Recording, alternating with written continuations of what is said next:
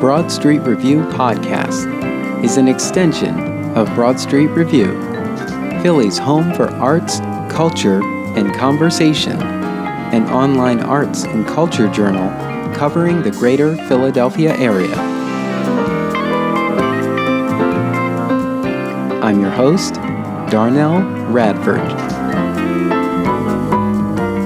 Today on the podcast, Simone Lawrence stops by to talk about the upcoming event, the Coronation, an all-black drag king show and art exhibition featuring Philadelphia Black Drag Kings, a celebration of Black excellence. Here is my interview with Simone Lawrence for the Coronation. And welcome to the podcast. I'm your host, Darnell Radford, and today I'm in the virtual studio to talk about an upcoming event, the Coronation, an all-black drag king show and art exhibition. So we will unpack this event in this conversation. Today, I'm joined in the virtual studio by Simone Lawrence, and Simone is overseeing all of this that will unfold in the days to come. So, Simone, thank you for joining us today.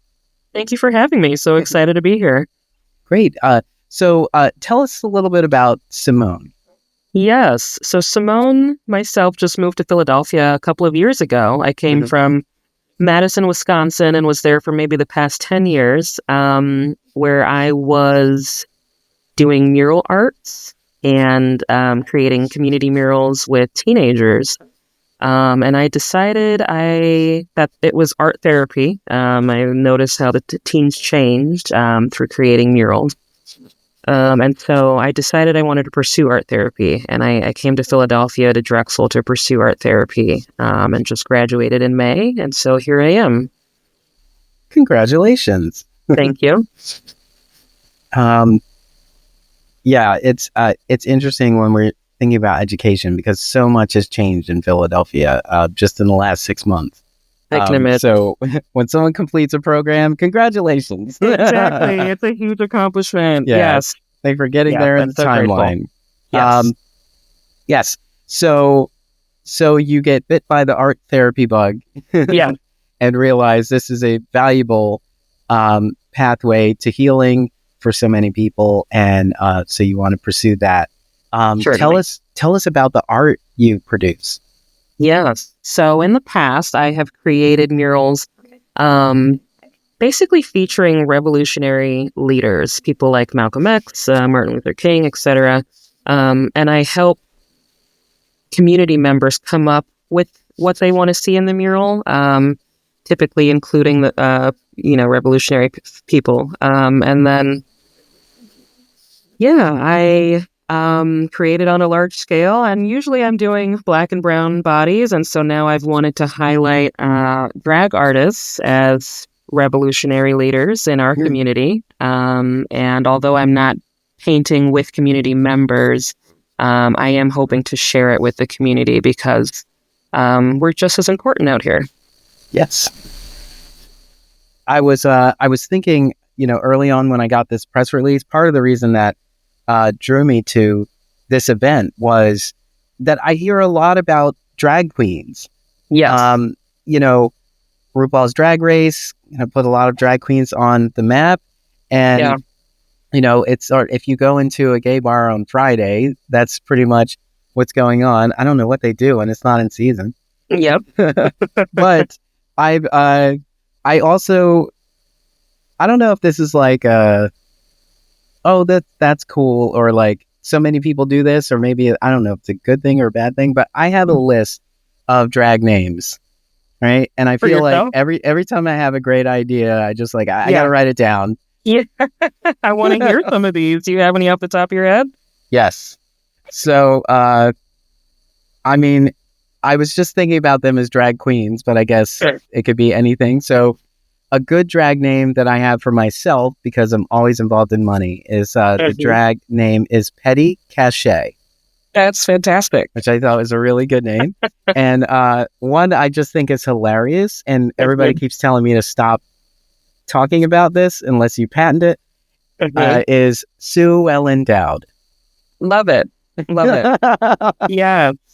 I I think might have it's to so get much you fun. out there on the scene now. Yeah, Absolutely. I'm like, I got the name, certainly. now I I just love got to when get the names look. have puns and things like that too. Yes. It's just hilarious. We see it all the time. It's so great.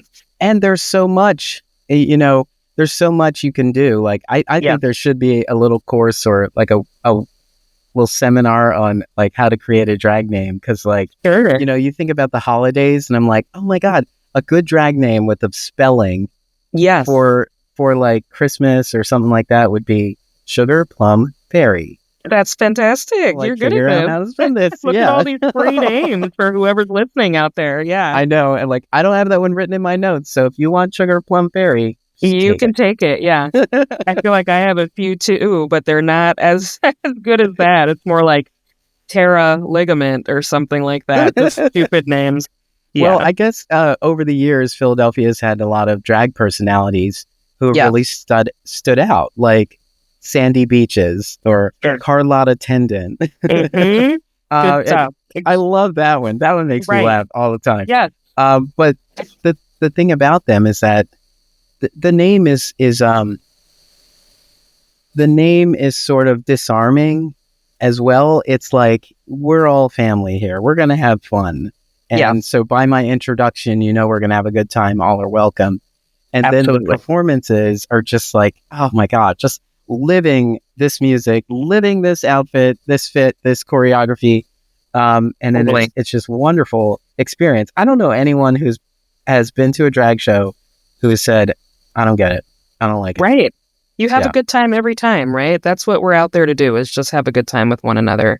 And Yeah. it's so infectious. And so many people also get motivated to start drag after they come and see drag performers. And I think that's really cool too, particularly drag kings, because we're so less frequent out there. People are always coming up asking me, how do I get started as a king? What can I do? And I love to see it because we need more kings out in the scene. Absolutely. Yeah. So I'm jumping all over the place, but let me ask you this, because I just saw like an article or something that says,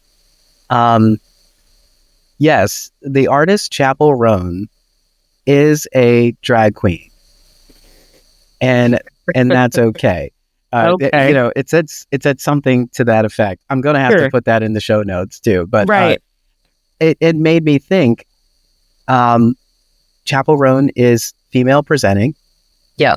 And so then it brings up this question, because I think over the seasons of Drag Race, there's always been some kind of conversation, not particularly on the show, but just sort of in the fandom, about trans performers being Certainly. drag queens and so on. So I was just wondering what your take is on Yeah. what is the makeup of a drag queen or a drag king? Drag Yeah. king first, but then like, how does that translate? I think the world at large typically thinks of a drag king or queen as holding identities different than the one that they're presenting on stage. But the truth is that, anyone can exist as a queen, anyone can exist as a king.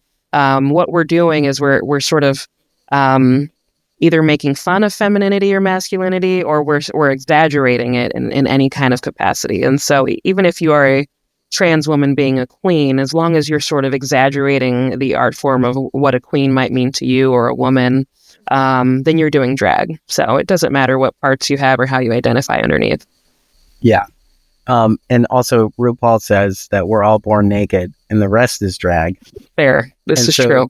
Thinking about the various costumes, the various uniforms we wear throughout life, I guess you can kind of sort of attach it to, if you're talking about mannerisms as well, you can kind of attach to code switching as well. Absolutely. Where you're just putting on a different personality in this atmosphere to, convey a message. Certainly that. And you learn how to code switch, as we all do, right? And so playing a character, if you have background in performance art or theater art, you learn how to embody that character, and then it becomes natural to be able to code switch in any space as that character. Absolutely. So tell us about your persona. Sure. So I go by Cyrus K. Stratton in the community. I'm a part of the Stratton clan, if you will. The person I met who got me into drag was a Stratton, and so he adopted me as a Stratton. And I am the only king, I believe, Stratton king in Philadelphia, but there are other Strattons who exist here. And my persona is all about maybe like the classic Black man, like your older, maybe grandfather or uncle who's doing like chill R&B vibes. I do like to get creative with my mixes, and so I might incorporate a variety of funk and soul and R&B music. And I just go out there and I have a good time. I'm not one who's typically doing a whole lot of flips and tricks. I'm sort of interacting with the crowd and sort of just dancing and getting other people to dance with me. And that's what I enjoy most. So tell me a little bit more about House of Stratton, and for our audiences, tell us the significance of being in a house and where that came from. Yeah, so I guess this goes back to ballroom culture and voguing culture, in which people who felt harmed in the community or felt unsafe in the community, meaning a lot of trans folks, would join a house. And the house was your family, not through blood. And they take care of you. Sometimes you live literally under the same roof with your house. And they may escort you places or provide you with resources that you need to keep yourself safe and healthy, particularly as many people during that time might have been experiencing houselessness or other issues. And so to have that community who has your back is really important. And it has this idea of a family has sort of transpired into the drag community. Although it exists a little bit differently now, it still has the same tenets in that we look after one another. And if there are gigs available, you try to maybe offer it to your family first. Or if there are parties existing, or opportunities to sort of get your name out there, we're going to help promote our family first. And so the Strattons out here in Philadelphia are pretty big named Strattons. We have Fancy Dismount Stratton and Heavens to Betsy Stratton. Onyx falls under the Stratton family, and a few others who are big names out here, who have opportunities that they're then able to share with me, or even just tips and tricks, costuming and makeup design. And so it's been, I'm very grateful to have moved here and to have met all of them, as there were no Strattons. There was one Stratton in Wisconsin. So it definitely feels different and more communal here. Nice. So is a house more of like an idea, or is it incorporated like a fraternity? It's more of an idea, I would say. I don't know if people incorporate it or if they make it official in that way. I believe people create a house and it becomes official amongst the queer community. We all know of the houses and who belongs to them, but I don't think there's an additional layer that makes it official beyond that. Yes. I'm just thinking about like all the references to drag culture that we can see in media now, and thinking like, is this good in terms of it's drawing more attention, or does it have the potential to be problematic, as in it puts the houses and the people in them at risk? Like, what are your thoughts? It's such a good question, and I guess there's truth to both sides of that coin. Is that the more that we expose ourselves, the more we are in harm's way and in putting ourselves in danger. But also, the more that we expose ourselves, the more we showcase that we are loving people, safe people, not out here to harm anyone. And I think it sort of gives us a little bit more humanity to people who haven't been in close proximity to drag performers. Yeah, I'm thinking I've been seeing a lot of I guess I'm just following like I don't even know the channel's name, but it has some very clever ballroom segments, and so I've been or it's on Instagram. Oh, okay. I'll have to share the link with you. Please do. After the show. But I just remember I passed one, and this one there was a drag queen who was in the category. Yes. And the whole theme was like cleaning a house, and so they pull out this like cloth and they wave it around sort of fancifully, and then a death drop, and it's like yes, and then you're just like pushing a vacuum on the floor like while duck walking. You're just like, oh my god, and everybody's losing it. Yes, it's so fun to watch, right? Like the themes are wonderful. Totally. Yeah, totally. So now we come to your drag king show. Yeah. So tell me first, how do you put together a drag king show? Well, you get to know your community. I say this all the time. You must get to know your community before you can produce a show. To know what sort of rules exist, what shows already exist, expectations for casting. There's something in the queer Philly community where the expectation is to be at least 50% people of color on your cast. And so I spent a lot of time scouting the community and going to shows and networking and understanding what the community looks like and expects for shows. I met all of the kings I feel like that I could find in Philadelphia, and we never see an all-black drag king cast, and so why not create that opportunity for us? Not many of us exist, and I think the people on this cast are probably the most prominent Black kings in the scene in Philly. Either they've been around for a while or they're newer, but still making waves for themselves. And why not give us an opportunity to perform together and to celebrate one another and to have everyone else celebrate our glory as well. Right. So this event is called the Coronation. Yes. Why is it called the Coronation? It is a crowning of us. It's an opportunity for everyone to get together and to celebrate us. And so sort of a metaphor to us becoming royalty and to other people witnessing that becoming.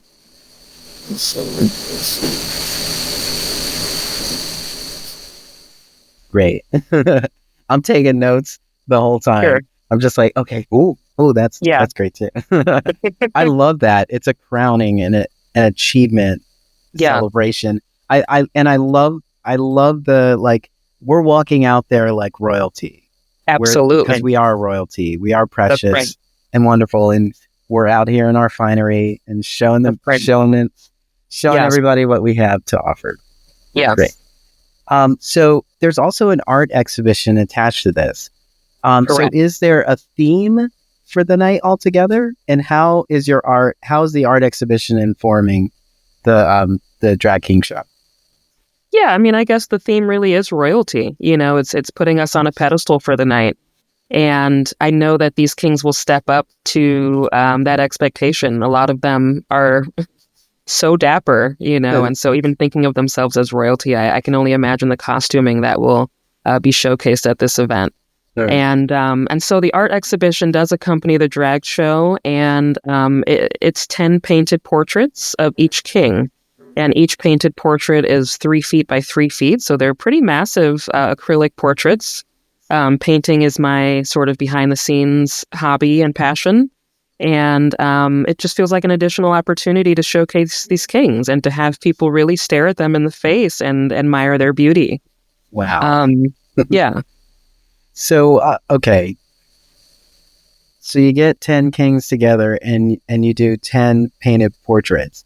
How long did that take? I knew that was the question that was coming. I just posted a reel that featured one painting, and the reel said 35 hours of painting featured in 30 seconds. Wow. And so I would say, each painting definitely takes many, many hours. Average is probably 30 hours, yes. And that's over time?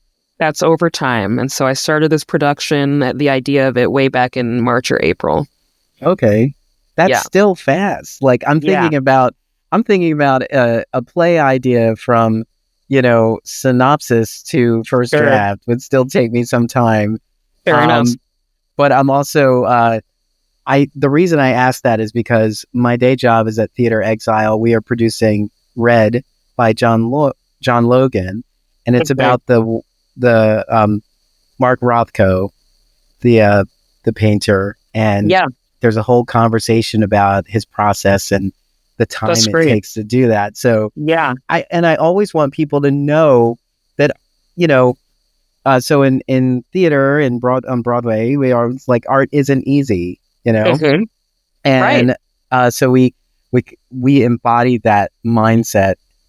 But I think a lot of the patrons who support us may not realize there's a lot that goes into this. And yes, you came here on a preview show night and you paid $10, but you have no idea how much money and time and effort went into what you're about to see. And certainly. So whenever I have the opportunity to talk to an artist, I'm always asking, what was the time frame? Tell me, like, idea to conception, like, how did that take so long? But at the same time, even though I said that is short, it's only short because I think it would take me much longer to do. Yeah. I also think it's a feat, and it's awesome because you've created a sense of urgency that you move so swiftly in this. I also think knowing that you started in April and now you have 10 portraits of the kings is wonderful. Yeah. So that in itself, I got to go see what came together in the spring, and that this whole experience all together is going to be amazing.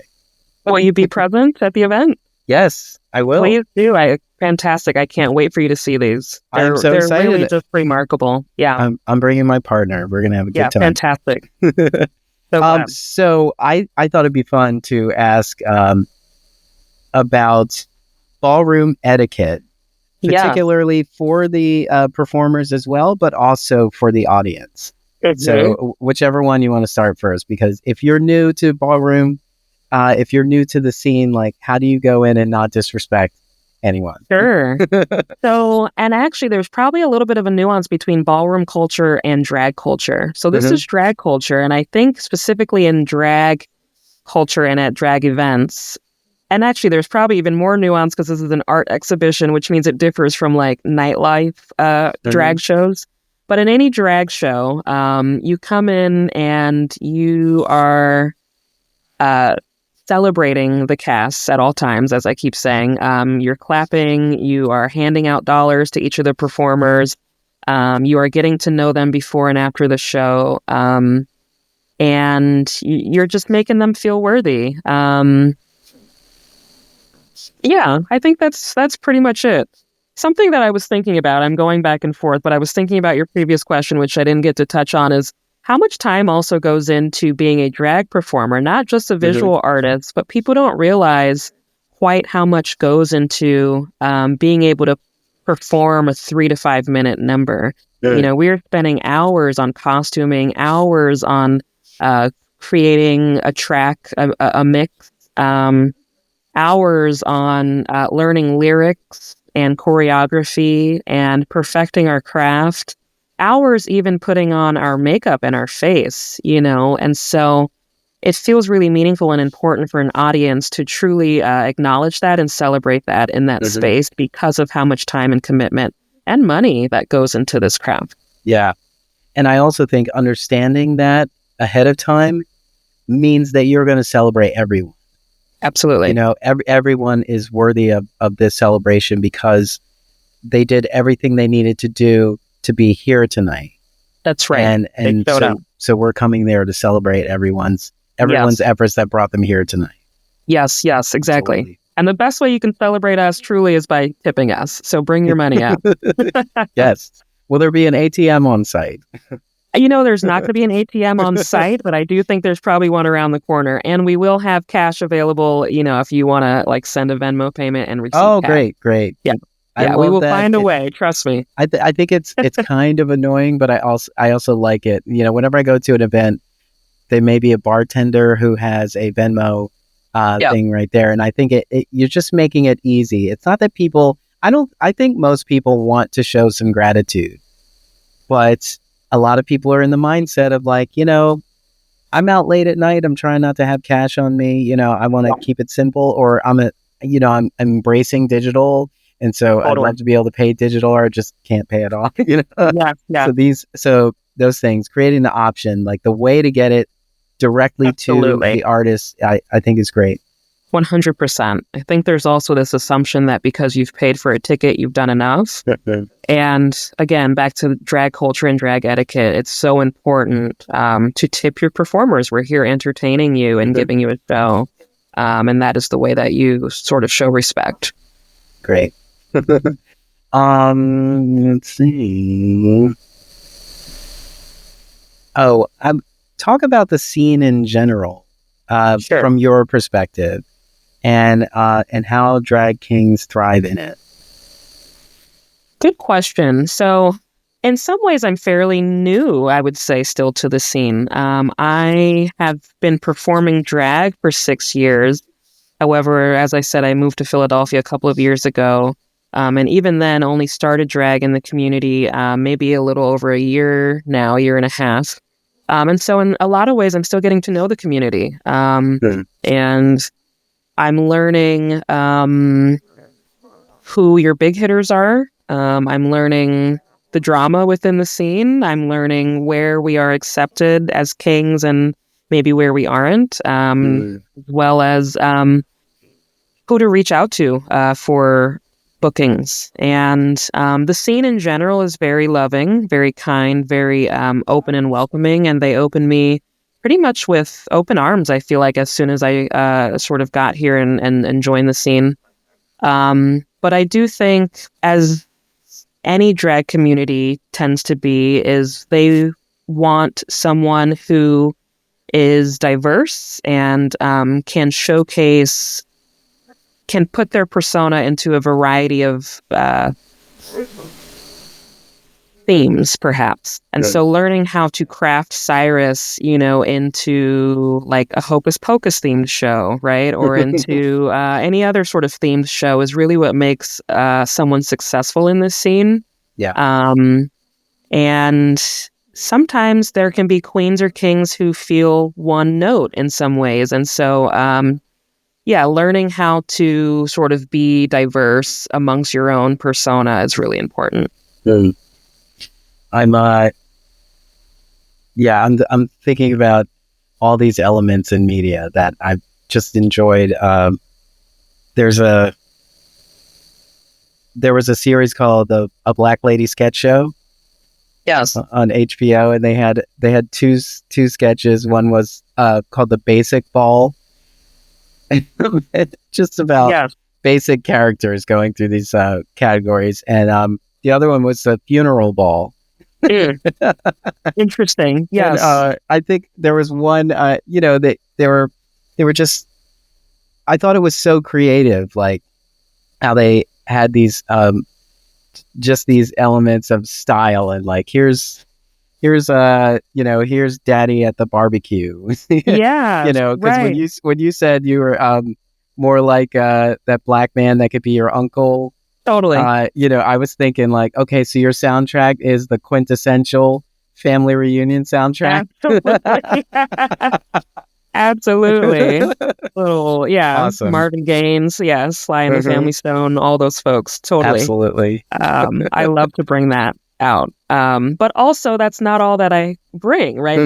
That's true of Cyrus, but again, I have to be able to form my craft into any show that exists. So how do I bring that blackness, for example, into a Cirque du Soleil show, which was something that I was recently in, right? Or a creature feature show, all these Halloween shows. What does it mean for Cyrus to perform in that way?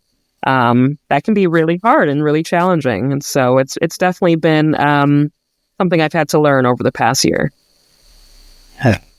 I also remember that there's an off-Broadway musical called Drag right now. Nice.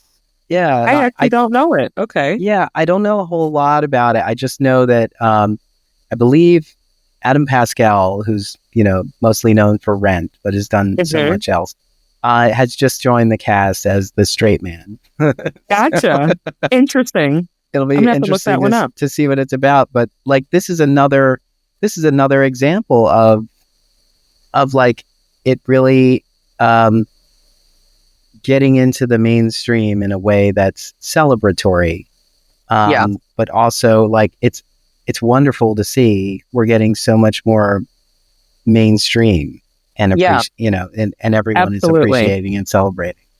Totally. Yeah. And I'll say, in some ways that's sort of the beauty of this show too, is that I'm crafting this to attract people who don't typically come out maybe to drag shows. I want to reach the art scene. I want to reach other people in the community who aren't just nightlife performers supporting one another, who aren't in the clubs, This is a different space. It's an earlier show. And so, yes, to put drag out there to the wider community so that we are celebrated and accepted, especially during this time, is really important. And so I'm looking forward to seeing a diverse audience. Yeah. For that reason. So because there is a off-Broadway musical about drag, can you see yourself creating like a more long-form presentation with drag kings? Like, do you see yourself doing a play or a musical in the future? Good question. Yeah. I haven't considered that, mostly because I'm not familiar with theater as much as I would like to be. But I know a lot of people who do drag typically do have a theater background. And so when I think of that, some people come to mind who maybe would be a good partnership to create something like that. Yeah. I think that'd be really cool. And certainly, would make Kings more present and relevant on a bigger stage. Absolutely. Yeah. I think, we also need an exaggeration of joy and, a spectacle of love and celebration. We are having this conversation in the first full week of November. Right. And so we're all aware of what just happened. And so we're going to need all the Christmas cheer that's on its way. We're going to need 100%. All the joy and love to just carry us forward. And I think the Drag Kings will be a great start.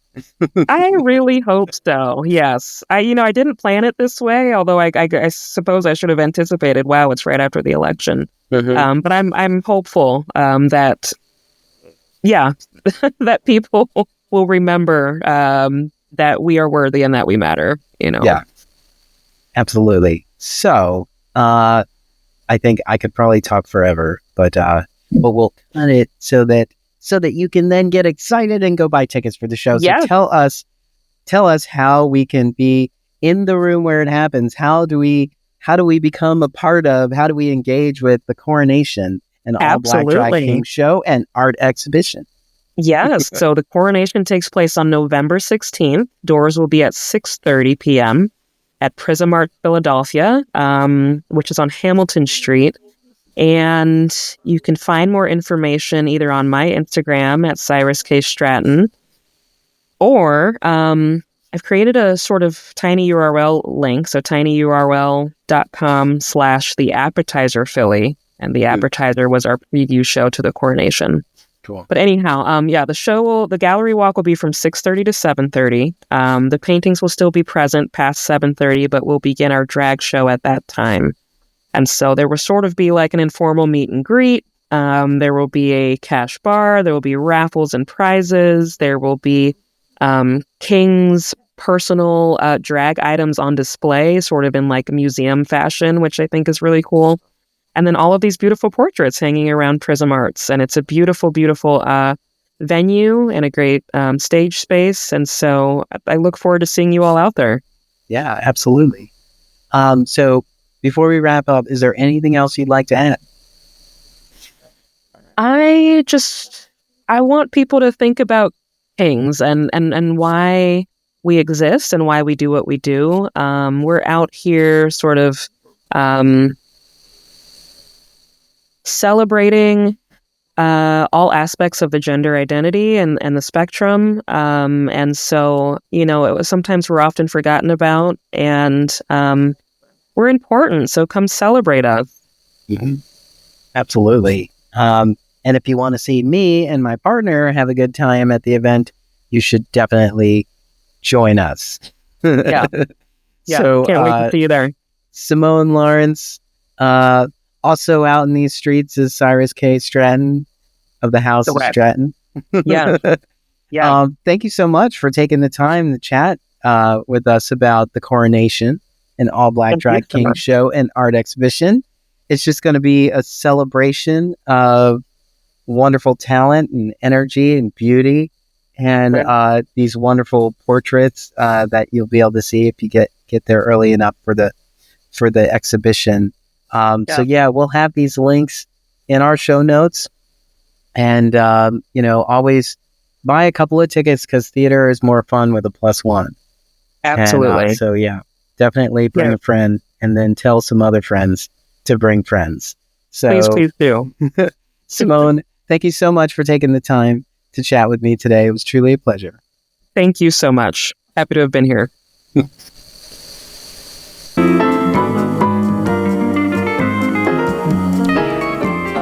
Thank you to our guest, Simone Lawrence, for joining us on today's podcast. The Broad Street Review podcast is an Emory production. If you would like to be a guest on the podcast, visit us online at em3ry.com. Get involved with Broad Street Review. Head on over to our website at broadstreetreview.com and click Get Involved at the top. While you're there, help keep us running and click Donate to find out how. There you can also find our social media links. Thank you for your part in keeping the conversation going.